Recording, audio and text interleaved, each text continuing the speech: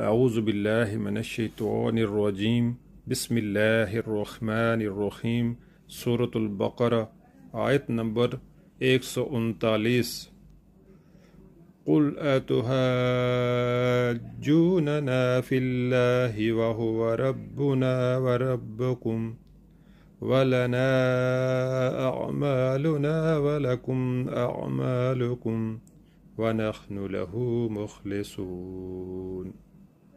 ترجمہ: اے نبی، ان سے کہو کیا تم اللہ کے بارے میں ہم سے جھگڑتے ہو، حالانکہ وہی ہمارا رب بھی ہے اور تمہارا رب بھی، ہمارے اعمال ہمارے لیے، تمہارے اعمال تمہارے لیے، اور ہم اللہ ہی کے لیے اپنی بندگی کو خالص کر چکے ہیں۔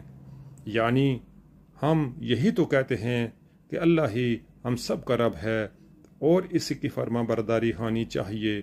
کیا یہ بھی کوئی ایسی بات ہے کہ اس پر تم ہم سے جھگڑا کرو؟ جھگڑے کا اگر کوئی موقع ہے بھی تو وہ ہمارے لیے ہے، نہ کہ تمہارے لیے، کیونکہ اللہ کے سوا دوسروں کی بندگی کا مستحق تم ٹھہرا رہے ہو، نہ کہ ہم۔ اتحاجوننا فی اللہ کا ایک ترجمہ یہ بھی ہے کہ تمہارا جھگڑا ہمارے ساتھ فی سبیل اللہ ہے۔